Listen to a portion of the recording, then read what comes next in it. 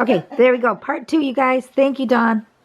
Thank you, Amy. So because the Vatican has presence everywhere, as a young country with a very small population, it allowed us to basically act as though we had embassies all around the world, because the Vatican acted as a go-between between us and India and China, and just all over the whole globe. And, Italy and everything. So we said to the Vatican, would you work for us? Would you help us with international trade? We know you're helping other countries. Will you do that for us? Vatican said, sure, we'll do that. We're in the business of doing that. And so there was an agreement made that we would sell a piece of land, which has been called Washington, D.C., to the Vatican. And this land was supposed to be where we all met neutrally. 2 foreign powers, which is Britain and the Vatican, and us. We would meet neutrally on this land that the Vatican owned. And then the Vatican owned. The Vatican owns Washington, D.C. Because it was sold long time ago to them. So the government of Britain and the Vatican could be there, and then we could meet with them because they were close by on our soil.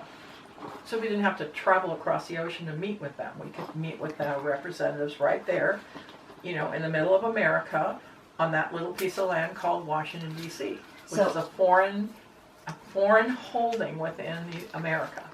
So where is that document of ownership that states? That's a really good question, and I'll tell you where you can find the answer. There's many, many places if you look on the internet. But where you can immediately find the answer that comes to mind for almost all of this, and I'm not saying this is the only person that knows anything, or this is the only person to follow, but it's a really good resource. A woman named Anna von Reitz, that's ANNAVONREITZ, spent her whole adult life reading old treaties, looking for old documents, going through very old letters and agreements between countries and between, our founding fathers and all of that. Spent her whole life doing this as a research project, and she has put about, I don't know what percentage, but most of her research, all of her letters, and most of what she found are online at annavonreitz.com. So you can go to that site and you can type in whatever you're curious about. You can say, that's so cool. Something like who owns Washington, D.C., and it'll open up to a page that probably has pages of letters and information about the proof and why and how and all that. Interesting. But that's very widely known. That's not very secretive, what I just told you. That's been out there for public knowledge.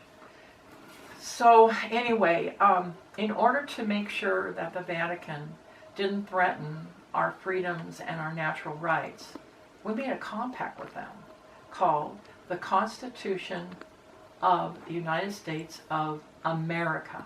So now we have 3 constitutions. The Constitution for the United States, the Constitution of the United States, and the Constitution of the United States of America.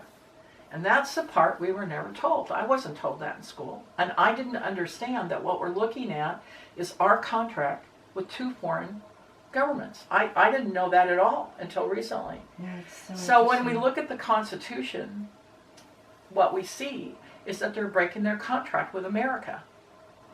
So now let's fast forward to the Civil War. The Civil War is very interesting. It only in the last year has it been discovered that the Queen kind of works for the Pope. She actually is an arm of the Vatican. And so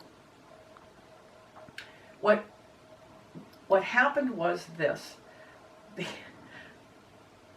The Bar Association, which is basically Britain and people that have their allegiance to Britain, not to America, got together and made sure Lincoln was elected, and then they worked together to foment, unhappiness, right?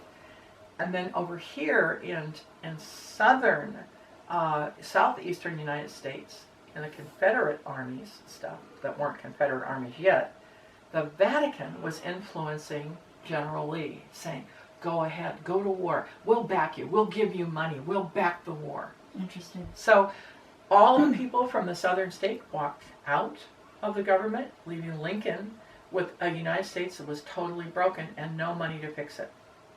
So while they were doing this, Lincoln went to Britain and said, will you fund the United States government that I'm leading? Because I am going to go to war with these people that tried to leave. And Britain said, sure, we'll fund you. And so then the Civil War started. Well, the Civil War peace treaty was never signed until this year. Never signed. We never signed a peace treaty. And that's where it gets strange. Because Britain colluded and realized we're talking about two heads of the same organization, okay, Yeah. the Vatican and Britain. Yeah. They colluded together, and here's what they came up with. Oh my, the American government is missing. All the assemblies have stopped functioning. Therefore, there is no American government. We can't find America. Oh, we need to keep all of their wealth and riches in trust for them until they are found again and their government is functioning, because we don't know where they are. So all this time, they have been robbing all of us Americans of our heritage. They have been robbing it. The Queen actually is the one that gets our property taxes. What? Yeah, can you believe that? Well, wait a minute. And you know the taxes we pay to the IRS. You know who gets that? Either Britain or the Vatican, depending on which years you look at. Our government doesn't get any income tax from us. Nothing. So all the money that we've been paying Is it out. filtered through?